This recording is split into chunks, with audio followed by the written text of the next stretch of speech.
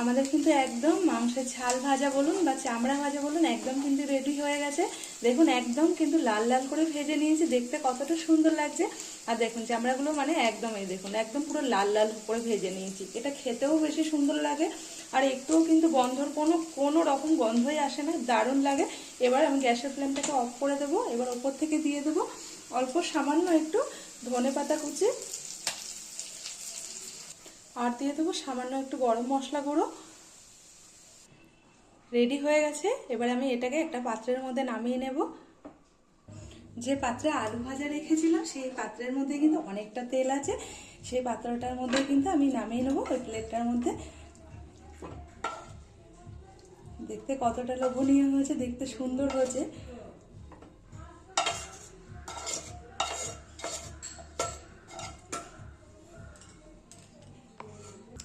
যেমন সুন্দর দেখতে হয়েছে তেমন সুন্দর কিন্তু খেতে, দারুণ একটা গন্ধ যেমন বেরিয়েছে, দেখতেও কিন্তু বেশ মিষ্টি হয়েছে। আরে বাপরে বাপ, হেভি টেস্ট! জিনিসটা কি তাহলে তো একবার দেখতেই হচ্ছে। দারুণ স্বাদের একটা দারুণ জিনিস, আর গরম গরম ভাতের সঙ্গে কিন্তু অসাধারণ লাগে খেতে। জিনিসটা কিন্তু না জানলে কিন্তু মিস করবেন। তো চলুন কিভাবে কি করলাম পুরো ভিডিওটা দেখতে থাকুন। মাংসের লাল ঝাল চামড়া ভাজা, ওফ, শুনেই যেন একটু জিভে জল চলে আসছে, এতটা সুন্দর খেতে হয়। তো সেটা না খেলে কিন্তু বোঝা যাবে না, অবশ্যই একবার কিন্তু খেতেই হবে। খেলে কিন্তু বুঝতে পারবেন যে এর স্বাদটা কতটা। গরম গরম ভাত বা গরম গরম রুটি, তার সঙ্গে বা দুটো শুকনো লঙ্কা ভাজাবে, উফ, জমে যাবে একদম। দুপুরের আড্ডাটা জাস্ট অসাধারণ হবে। তো চলুন এত কথা না বাড়িয়ে কিভাবে কি করলাম, কি করে মূল রেসিপিতে ফিরে যাব, চলুন। মূল রেসিপিতে ফিরে যাওয়ার আগে একটাই কথা বলুন বলুন তো আপনার জিভে জল এসছে কিনা। এমন একটা রেসিপি দেখলে কিন্তু জিভের জল সম্বরণ করা কিন্তু খুবই মুশকিল ব্যাপার। তাই চলুন কথা না বাড়িয়ে চলে যাব মূল ভিডিওর মধ্যে। আরে বাপরে বাপ, এ তো হেভি টেস্টফুল। এটা আবার কি? খেতে তো লাগছে মাংসের মতো, কিন্তু মাংসের থেকেও বেশি টেস্টফুল। হ্যাঁ, এটা কিন্তু মাংসের থেকেও বেশি টেস্ট হয়, কারণ এটা মাংস ফেলে এটা কিন্তু নিয়ে টানা হেসে হবে, এটা আমি গ্যারান্টি দিয়ে বলতে পারি। এটা আজকে মাংসের উপরে যে ছালটা থাকে, পাতলা যে ছালটা থাকে গায়ের উপরে, সেই ছালটা উপরের পালকটা ফেলার পরে যে পাতলা একটা আস্তরণ থাকে, সেটাই কিন্তু, আর কিছুই না। এটা কিন্তু খেতে অসাধারণ লাগে। আর এটা আমি বলতে পারি যে এটা মাংস বাদ দিয়ে মানে এই ছালটা নিয়ে টানা হেঁচড়া পড়ে যাবে। তো প্রথমে আমাদের বাড়িতে আজকে গোটা মুরগি এনেছিল। গোটা মুরগিটা মানে কেটে ছাড়ানোর পরে কিন্তু এই ওপরের থেকে ছালটা তুলে নিয়েছিল, শুধুমাত্র এই ছাল ভাজাটা খাওয়ার জন্য। এত কষ্টকর একটা কাজ, এটা কিন্তু অনেকটা সময় লাগে বা অনেকটা দেরি হয় কাটতে কিন্তু। তো আর কিছুই না, যে জিনিসটা একটু খেতে ভালো লাগে সেটা কষ্ট হলেও কিন্তু কষ্টটা লাঘব হয়ে যায়। তো দেখুন, আপনারা দেখেই কিন্তু বুঝতে পারছেন একদম উপরের এই যে উপরের পালকগুলো তোলার পরে যে একদম পাতলা যে চামড়াটাকে, সেটা কিন্তু খুব ভালো করে এরকম করে পিস পিস করে কেটে নিয়েছে। আর এটা যে এতটা সুন্দর খেতে লাগে, এটা আমি একবার বলতে পারি যে এটা একবার খেলে মাংস কিন্তু দূরে ঠেলে দেবেন, এটা আমি বলতে পারি যে এটা এতটা টেস্ট লাগে। তো এটা খুব ভালো করে আমি ধুয়ে নিয়েছি, আগে 4-5 বার খুব ভালো করে ধুয়ে নিয়েছিলাম। যেহেতু কেটেছেও খুব পরিষ্কার করে, এটা আগুনে প্রথমে পুড়িয়ে পালকটাকে পরিষ্কার করে নেওয়ার পরে গরম জলে দিয়ে আরও একবার আগুনে সেঁকে নিয়েছিল মুরগিটাকে, তাই এর মধ্যে পশম থাকার কোনো রকমই ভয় নেই, খুব ভালো করে কাটা। তো তাও আমি 4-5 বার জল পাল্টে পাল্টে ধুয়ে নিয়েছি। এবার এই রান্নাটার জন্য কি কি লাগছে সেটা আপনাদেরকে একবার দেখিয়ে দেবো। প্রথমে যেটা লাগবে সেটা কিন্তু এই যে ছোট্ট ছোট্ট কিউব করে কেটে নিয়ে, আলুগুলো কিন্তু আমি কেটে নিয়েছি একদম ছোট্ট ছোট্ট কিউব করে, মানে যেমনি আমরা আলু পোস্ততে আলু দিই সেরকমই একটা দুটো, কিন্তু এক মানে সমান হয়নি, কোনোটা একটু ছোট কোনোটা একটু বড় আছে, তাতে কিন্তু কোনো রকম অসুবিধা হবে না। এরকম ছোট্ট ছোট করে আলু কেটে নিয়েছি। আর এখানে পেঁয়াজ কুচিয়ে নিয়েছি, 5টা পেঁয়াজ কুচিয়ে নিয়েছি মিডিয়াম সাইজের। আর এখানে নিয়েছি আদা রসুনের পেস্ট।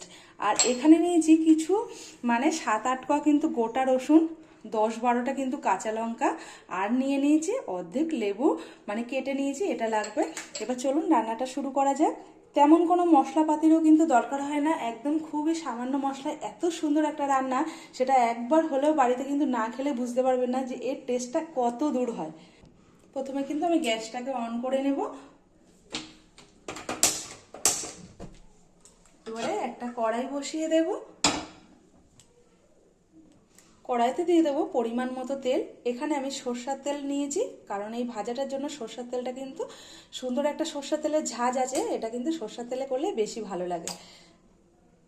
প্রথমে কিন্তু তেলটাকে খুব ভালো করে গরম করে নেবো হাই হিটে, নইলে কিন্তু আলুগুলো লেগে যাবে। আলুগুলো প্রথমে লাল লাল করে ভেজে তুলে নেব। তেলটা কিন্তু হাই হিটে খুব ভালো করে গরম করে নিয়েছি, দেখুন তেল দিয়ে ধোয়া উঠছে। এবার আলুগুলো আস্তে আস্তে সব দিয়ে দেবো।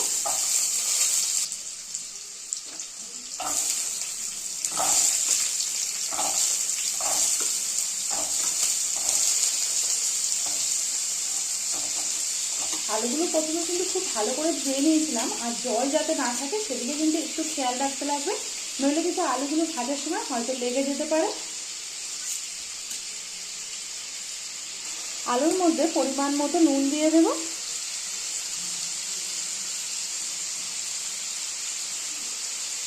দিয়ে দেবো পরিমাণ মতো হলুদ গুঁড়ো,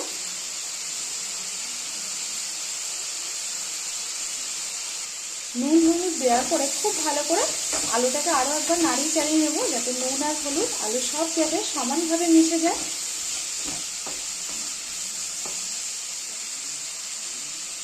ঢাকা দিয়ে দিয়ে আলুটাকে ভাজবো। ঢাকাটা সরিয়ে দেখবো আলুটা কিন্তু কতটা সিদ্ধ হয়েছে। একবার নাড়াচাড়া দিয়ে নেব, আলুটা কিন্তু সিদ্ধ হয়ে গেছে দেখুন। এবার আমি আলুটাকে তুলে নেবো। লাল করে কিন্তু আলুটা ভাজা হয়ে গেছে, এর থেকে আর বেশি লালের দরকার নেই মানে এই রান্নার জন্য। এবার আলুটাকে তুলে নেব একটা অন্য পাত্রে, তেল ছেঁকে কিন্তু আলুগুলোকে তুলে নেব।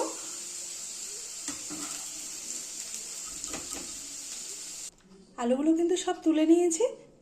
এবার ভেজে রাখা যে আলুগুলো আগে ভেজে রেখেছিলাম কড়াইয়ের মধ্যে যে তেল আছে সেই তেলের মধ্যে কিন্তু পেঁয়াজ কুচিটা ভেজে নেব।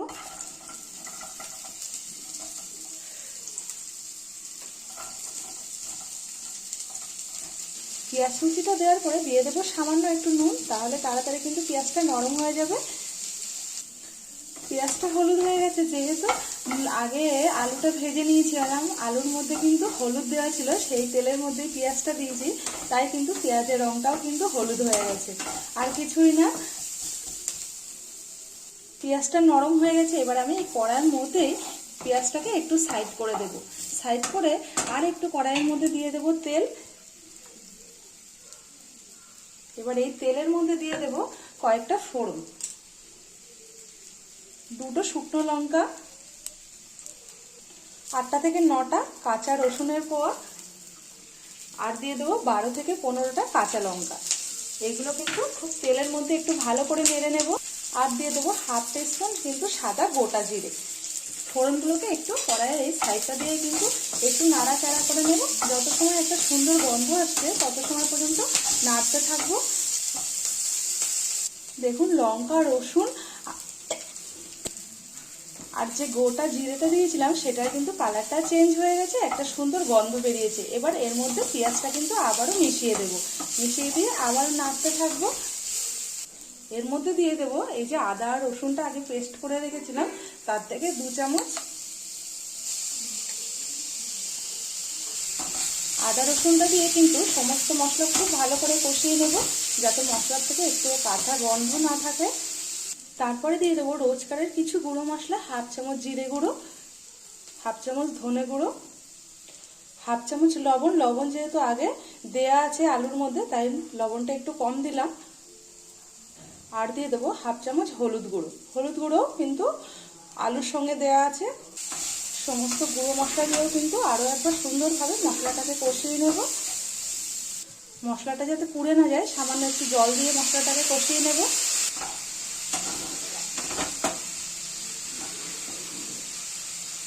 আর দিয়ে দেবো 1 চামচের মতো টক দই। টক দইটা দেওয়ার পরে কিন্তু একদম গ্যাসের আঁচটা মিডিয়ামের থেকে লো করে দেবো একদম, কারণ দইটা ফেটে যেতে পারে। কম আছে আস্তে আস্তে কিন্তু দই দেওয়ার পরে সুন্দরভাবে আরও একবার মশলাগুলোকে কষিয়ে নেব। মশলা থেকে তেল ছেড়ে আসলে তারপরে কিন্তু ওই যে কেটে রাখা ছালগুলোকে দিয়ে দেবো। মশলাটা কিন্তু আমি 7 থেকে 8 মিনিট খুব ভালো করে কষিয়ে নিয়েছি। মশলার সাইড থেকে কিন্তু তেল ছাড়তে শুরু করেছে। এবার কিন্তু আমি ওই ছালগুলো দিয়ে দেবো। একবারে বাটি শুদ্ধও কিন্তু ঢেলে দেবো না, একটা ছাঁকনির সাহায্যে কিন্তু দেবো, কারণ নিচে জল আছে। ধোয়ার পরেও কিন্তু বাটিতে রাখার পরেও বেশ জল ছাড়ে, কিন্তু মাংসের ধোয়ার পরেও কিন্তু অনেকটাই জল থেকে যায় সেই পাত্রে। এই জন্য আমি এই ঝাঁঝরির মধ্যে করে দিলাম, যাতে জলটা না পড়ে। এবার খুব ভালো করে মশলার সাথে এই ঝালটাকে খুব ভালো করে কষিয়ে নেব। এই সময় দিয়ে দেবো একটু সামান্য একটু মানে 10 থেকে 12 ফোঁটা লেবুর রস। চামড়ার চারিপাশ দিয়ে কিন্তু সুন্দরভাবে তেল ছেড়ে দিয়েছে, মানে এগুলো কিন্তু এর মধ্যেও কিন্তু অনেকটা তেল থাকে। এবার এই অবস্থায় দিয়ে দেবো ভেজে রাখা আলুগুলো, দিয়ে এবার খুব সুন্দরভাবে এই ঝালটার সঙ্গে আলুটা খুব সুন্দরভাবে আরও মিশিয়ে আরও 10 থেকে 15 মিনিটের মতো আরও সুন্দর করে ভেজে নেব।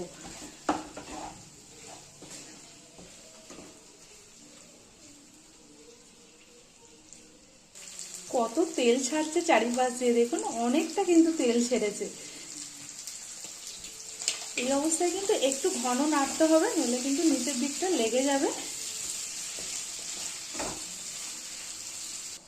ওপর থেকে দিয়ে দেবো বেশ কয়েকটা আরও কাঁচা লঙ্কা চেরা, মানে এটা একদম ঝাল ঝাল হবে, ঝাল ঝাল লাল লাল, একদম গরম ভাতের সঙ্গে কিন্তু দারুণ একটা রেসিপি।